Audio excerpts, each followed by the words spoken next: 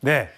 자, 세 번째 주제는 이재명 대표가 과연 비명계 의원으로 꼽히는 5인방에 대해서 포용할까 또는 내칠까 이렇게 제목을 좀 달아봤습니다. 자, 이재명 대표 이렇게 얘기했죠? 들어보시겠습니다.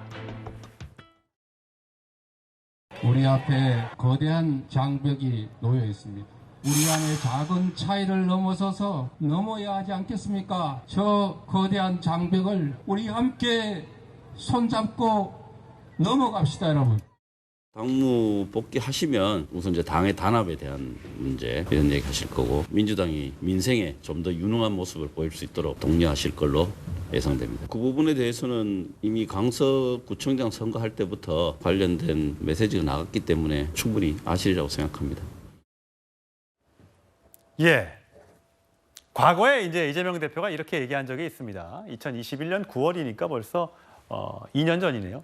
공영개발 포기하라고 넌지시 압력가하던 우리 안의 수박의 기득권자들 없앤다, 혁파해야 된다 이렇게 얘기를 했었고요.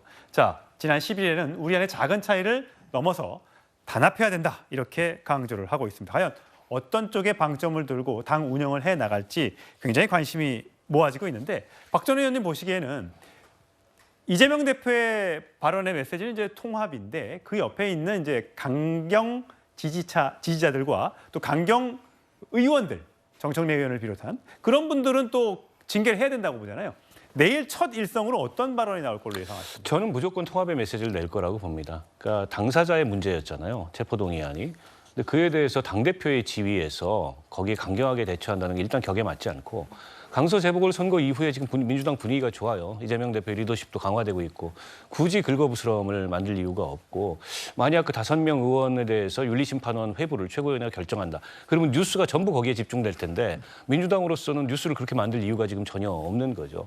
그래서 저는 이 통합과 민생 두 가지를 강조할 거라고 보고 일부 이제 최고위원들이 강경한 발언을 내는 건 또 강성 지지층의 당의 중요한 지지 기반인데 여기서 굉장히 강경한 목소리가 나오는 거를 일정하게는 해소를 해줘야 되거든요. 그럼 대표는 끌어안고 옆에 있는 의원들이 대신 그걸 바람막이를 해주는 그런 투트랙 전략이라고 볼 수도 있을 것 같고요. 그러나 이제 현실화되긴 어렵다. 국회의원의 표결 행위를 가지고 징계한다는 건 민주정당이 아니라는 거잖아요. 그 일부 방송에 나가서 이재명 대표 체제에 대해서 비판적인 언급을 했다고 해서 그걸 해당 행위라고 보는 것도 제가 보기엔 민주정당이 아니라고 스스로 자인하는 거기 때문에 그런 선택을 안 할 거라고 봅니다. 예, 사실 야권 원로인 박지원 전 국정원장도 이렇게 얘기를 했습니다. SNS에 단결하고 강한 민주당을 만들어야 된다. 그러면서 탄압에 맞서 싸우려면 소통, 조정, 통합의 정치가 필요하다라고 그렇게 SNS에 글을 남겼습니다. 과연 내일 첫 일성, 이재명 대표의 첫 일성이 어떤지 궁금한데 그런데 최진영 변호사님, 이거와는 별개로 지금 이재명 대표가 여러 개 재판을 받고 있지 않습니까?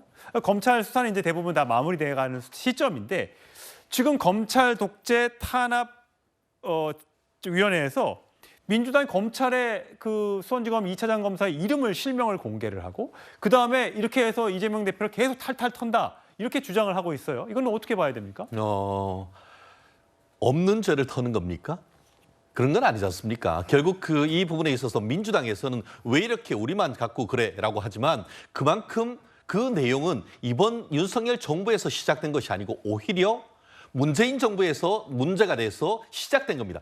대표적인 케이스가 대장동 사건 같은 경우에도 민주당 지난 대선 과정에서 지금 어떻게 보면 이낙연 그 후보와 그 이재명 대표 사이의 어떤 그 싸우는 과정에서 불거진 것 아니겠습니까? 그 외에도 대부분 다 동일한 내용입니다. 그렇기 때문에 이것을 가지고 민주당 같은 경우에는 계속 지금 검찰 독재다라고 하고 있고 어제 같은 경우에 지금 우리 한 민주당 의원 같은 경우에는 지금 법원 검찰에 대한 어떤 그 고소 고발이 수만 건 되는데 그 중에서 기소되는 게 0.05건도 안 된다라고 얘기를 하고 있습니다. 근데 잘 생각해 보세요. 우리나라 판사 3,000명, 검사 2,000명밖에 안 됩니다. 합해가지고 5,000명인데 수만 건 고소 고발이다. 그게 정상입니까? 그럼 우리나라 판사, 검사가 다 썩어 문드러졌습니까? 아니에요. 왜냐? 고소를 했는데 무혐의 받고 죄를 했는데 패소했는 그런 사람들이 직권남용 직무유기로 그렇게 고소 고발을 한다고요. 그게 다 무혐의가 나올 수밖에 없는 것이고 그런 것에 대해서 지금 민주당이 뭐를 했습니까? 지난번에 이제 공수처를 만들었지 않습니까? 공수처에도 수천 건이 고소 고발이 있었지만 거기에도 아마 판사 검사 기소된 것은 지금 손으로 셀 수가 없습니다. 그렇기 때문에 어떻게 보면 민주당은 지나치다. 본인들에 대해서는 정말 무혐의가 있다고 하면은 적극적으로 이제 그 혐의를 내가 무죄라고 밝혀야 되는 것이지, 검사를 지금 그런 식으로 해서 계속 악마화하면은 나중에 본인들의 어떤 그 죄를 호소해야 될 때 그럼 국민들은 어디에 가서 호소를 합니까? 그렇기 때문에 마치 국민의힘도 이제 정쟁적인 그 플래카드를 내린 것처럼 민주당은 정치는 정치대로 가고 그런 어떤 검찰을 악마화하는 그런 위원회는 지금 해체하는 것이 오히려 내년 총선을 위한 오히려 바른 전략이 아닌가 생각합니다. 예, 이재명 대표의 전략은 어쨌든 이 재판정에 가서는 판사 앞에서 굉장히 공손한 자세를 유지를 하고, 그다음에 검찰 앞에서는 어쨌든 무모한 탄압이다라는 걸 주장하기 위해서 계속해서 강력한 목소리를 내고 있는 것으로 보입니다. 과연 그 결과는 재판인 결과가 나와봐야 알 수 있겠죠. 자, 이쯤에서 또 한번 들어보겠습니다. 이재명 대표가 지금 몇 분의 발언을 들었습니다만, 과연 수박으로 불리는 그런 본인에게 반대하는 사람들에 대해서 탄압을 하거나 또는 축출할까, 이 부분에 대해서 만약에 쫓아낼 것 같다 그러면 O, 아니다 호용할 것 같다 하면 X를 들어주시기 바랍니다. 하나 둘 셋. 다 X를 두셨네요. 예, 자 정광희 대변인. 네. 이건 지나가는 7살 아이에게 물어봐도 이재명 대표의 다음 정치적 메시지가 무엇이 될 것이냐라고 물어본다고 하더라도 조금만 정치에 관심이 있다면 이 수박이라고 불리는 가결파들에 대해서 징계를 할 경우에 자신이 감당해야 될 후폭풍을 두려워하지 않을 수 없을 겁니다. 얘기한 것처럼 지금은 사실 민주당이 상대적으로 안정세를 보이고 국민들로부터 어떤 신뢰를 좀 받아가는 과정인데, 여기에서 긁어부스러 만드는 식으로 가결파 의원들에 대해서 무리한 징계에 나설 경우에 이재명 대표가 현재 갖고 있는 정치적 위상이 하락할 수도 있을 것이라고 보고요. 사실 양심에 따라서 투표한 것을 처벌한다는 게 불가능하잖아요. 우리나라는 지금 국회의원이 법률과 양심에 따라서 투표하기로 돼 있고, 그 법률과 양심에 따라서 투표한 결과에 대해서 자기에게 불리한 투표를 했다고 해서 징계한다고 하면 그 정당에서, 민주적 정당에서 뜻을 같이 하겠다는 동지가 얼마나 되겠습니까? 저는 그런 측면에서 이재명 대표가 통합의 메시지에 방점을 둘 것이지, 이걸 가결파에 대해서 꽁하니 처벌하겠다라는 메시지를 낼 것이라고는 전혀 생각하지 않습니다. X를 드셨으니까 이제 마지막 발언으로 장면을 다 드릴 텐데, 네. 단기적으로는 통합이고 혹시 장기적으로 봤을 때도 통합으로 보십니까? 아니 장기적으로는 또 다른 목소리를 낼 수 있다고 사실 보십니까? 분석이 갈리고는 있죠. 당장에 통합의 메시지를 낸다는 건 사실 이재명 당대표 앞에 놓인 문제지의 정답을 맞추는 거에 불과할 수 있습니다.